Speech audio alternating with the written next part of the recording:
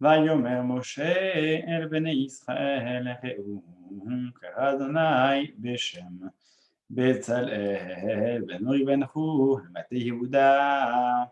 וימלא אותו רוח אלוהים לחוכמה משנה ודעת ובכל מלאכה ולחשוב מחשבות לעשות בזהב ובכסף ובנחושת ובחרושת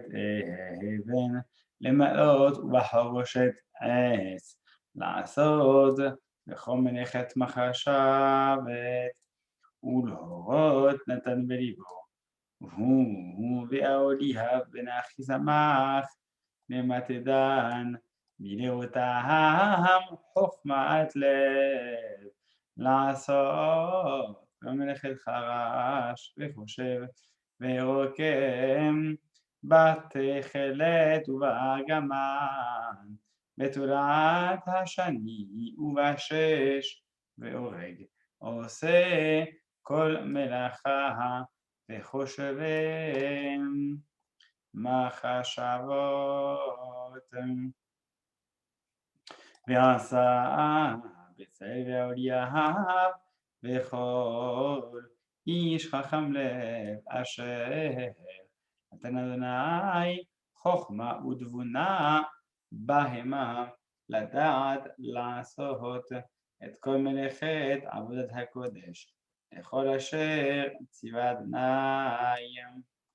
ויקרא משה אל בצלאל ואל אהוליאב ואל כל האיש חכם לב אשר נתן אדוני חוכמה בליבו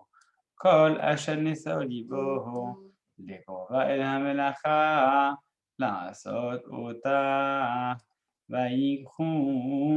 מלפני משה את כל התרומה אשר הביאו בני ישראל למלאכת עבודת הקודש לעשות אותה והם הביאו אליו עוד דבר בבוקר ויבואו כל החכמים העושים את כל מלאכת הקודש איש איש ממלאכתו אשר המה עושים ויאמרו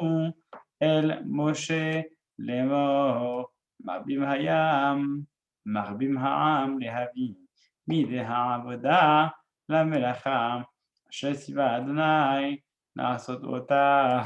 ויצב משה ויעבירו כל במחנה לאמור איש ואישה אל יעשו עוד מלאכה לתחומת הקודש ויקרא העם מהווים והמלאכה הייתה דיים